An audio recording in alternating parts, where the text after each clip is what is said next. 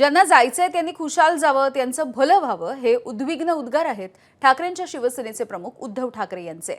2022च्या ऐतिहासिक उभ्या फुटीच्या नंतर जवळपास 4 वर्षांनी ठाकरेंची शिवसेना पुन्हा एकदा मोठ्या बंडखोरीच्या वादळामध्ये अडकल्याची चर्चा होती आहे।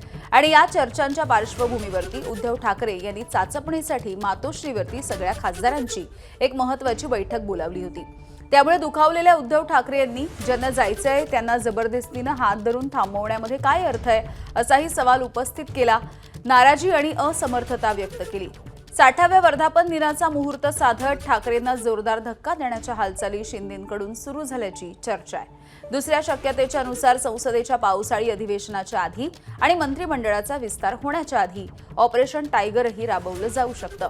पण यामध्ये एक कायदेशीर अडचण असल्यामुळे सध्या तरी हे ऑपरेशन आकड्यांच्या गणितामध्ये अडकून पडल्याचं कळतंय।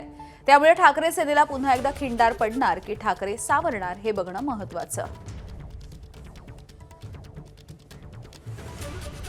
दरम्यान ज्यांना जायचं असेल त्यांनी जा असं उद्धव ठाकरे बैठकीमध्ये म्हणाले नाहीत, हे वाक्य उद्धव ठाकरे यांच्या तोंडी घातलं जातंय अशी प्रतिक्रिया ठाकरेंच्या शिवसेनेचे खासदार संजय राऊतांनी दिली आहे।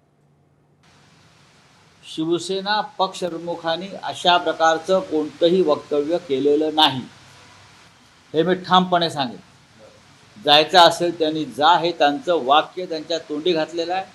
माझ्यासमोर मी तिथे असेपर्यंत ते असं बोलले नाहीत आणि ते असं बोलणार नाहीत। साधारण 5 वर्षापूर्वी किंवा 4 वर्षापूर्वी जेव्हा आमदार जात होते तेव्हा त्यांचं हे वक्तव्य तेव्हाच आहे। जेव्हा आम्ही त्यांना एका हॉटेलात बंद करून ठेवलं तरी लोक जात होते पळून, भिंतीवरून उड्या मारून, इस्पितळातून भिंतीवरून उड्या मारून गेले काही लोक। तेव्हा ते रागाने म्हणाले की अशा तरुणांना डांबून ठेवून का उपयोग। ह्या क्षणी ह्या वेळेला त्यांनी अशा प्रकारचं कोणते विधान केलेलं नाही।